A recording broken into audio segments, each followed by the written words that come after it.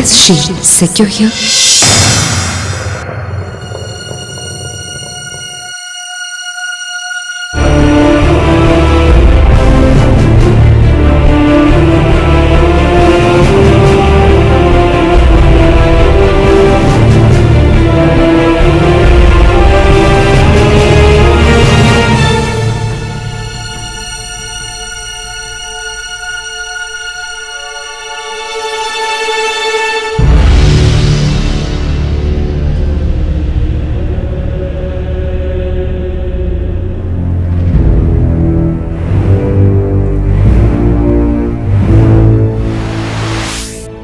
Swara breaking the silence. Man endures pain as an undeserved punishment. Women accepts it as a natural heritage. What all kind of abuses does she endure? Verbal abuse, physical abuse, sexual abuse, emotional abuse, economic abuse.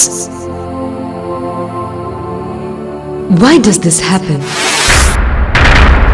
Who do you think is to be blamed? Men or women?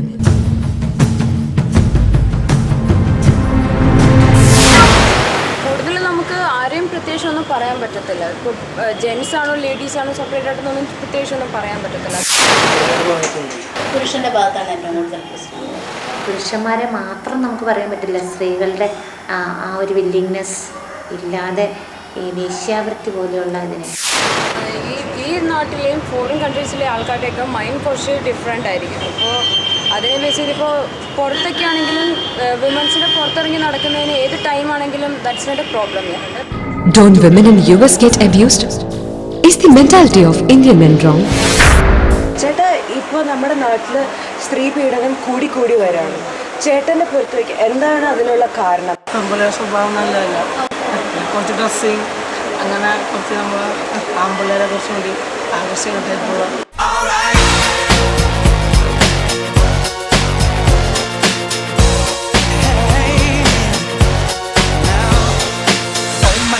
We're back again.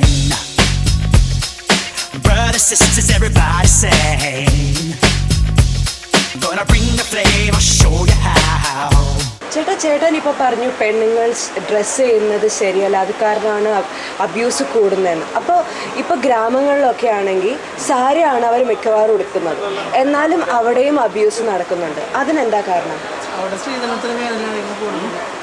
സ്ത്രീധനത്തിൽ സ്ത്രീ തന്നെയായിരിക്കും ഒരു ധനം. നമ്മൾ education കഴിയുമ്പോഴത്തേക്കും തന്നെ almost ഒരു 5 lakhs അടുത്ത് തന്നെ വരും. പിന്നെ ഒരു ഡൗറി കൊടുത്ത് സ്ത്രീകളെ കല്യാണം കഴിപ്പിച്ച് വിടുക എന്നുള്ളത് അത്ര വലിയ കാര്യമായിട്ടൊന്നും എനിക്ക് തോന്നുന്നില്ല. പൊതുവെ വാങ്ങാണ്ടിരിക്കുന്നതായിട്ടും നല്ലത്.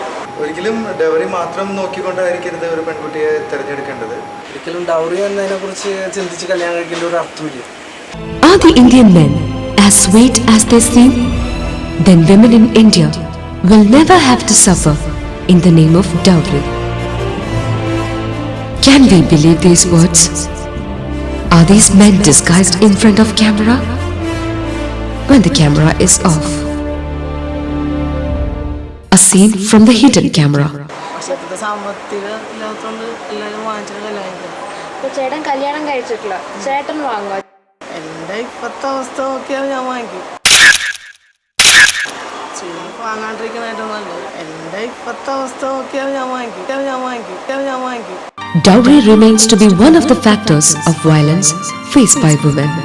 Most parents advise their married daughters to endure to the maximum.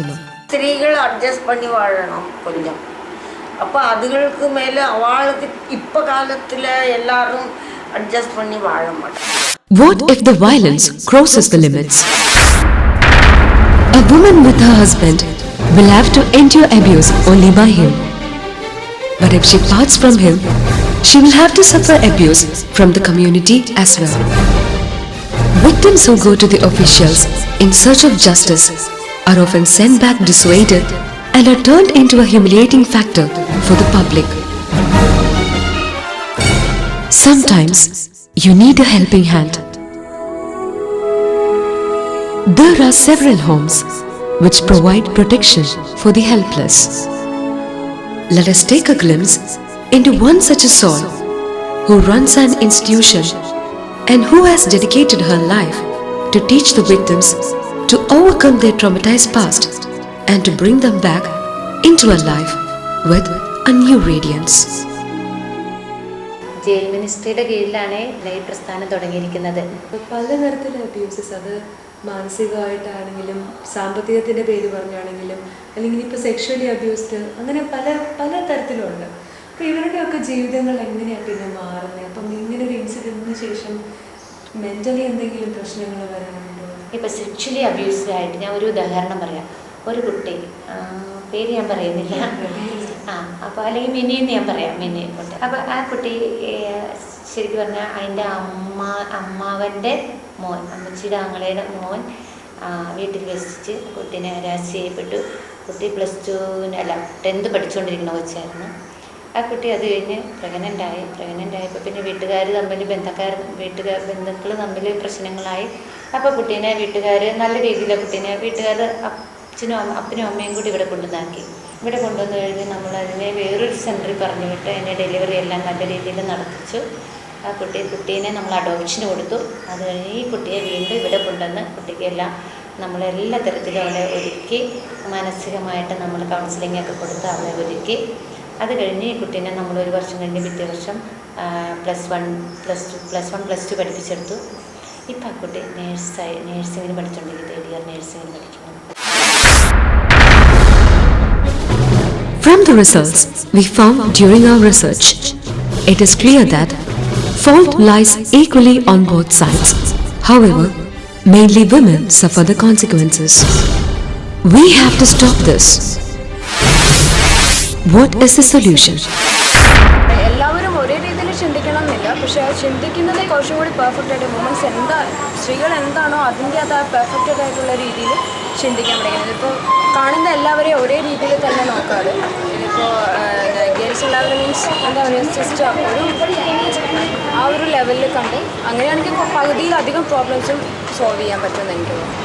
ഇപ്പോൾ ഡ്രസ്സിങ്ങിൽ തന്നെയാണല്ലോ ഇച്ചിരി നീറ്റ്നെസ് കാണിക്കുവാണെങ്കിൽ തന്നെ ഇപ്പോഴത്തെ കാലത്ത് ഡ്രസ്സിങ്ങിലായിരിക്കും ഏറ്റവും കൂടുതൽ ബോയ്സ് നമ്മളെ കമൻറ്റ് അടിക്കുകയും പ്രശ്നങ്ങളുണ്ടാവുകയും ചെയ്യുന്നത്. അപ്പം ഡ്രസ്സിങ്ങിൽ തന്നെ കുറച്ച് നീറ്റ്നെസ്, അത്യാവശ്യം മോഡേൺ ആയിരിക്കണം, ഒരിക്കലും മോഡേൺ ആവാതിരിക്കരുത്. മോഡേണിൽ തന്നെ ആവാതെ കുറച്ചുകൂടി നീറ്റ് ആൻഡ് ക്ലീൻ ഡ്രസ്സിങ് ആയിരിക്കും ഏറ്റവും ബെറ്റർ. ഇങ്ങനത്തെ പ്രശ്നങ്ങളോ നമുക്ക് ഒരു പരിധിവരെ അവോയ്ഡ് ചെയ്യാൻ പറ്റും.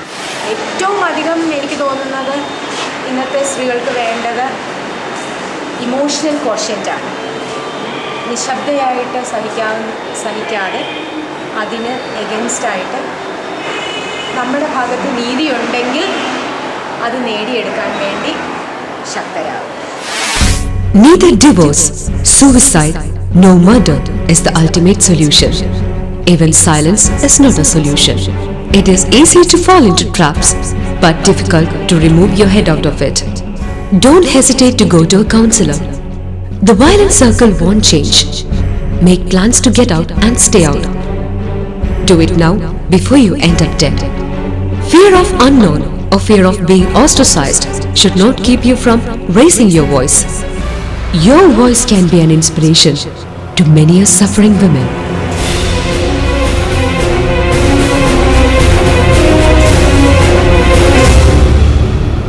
Break the silence.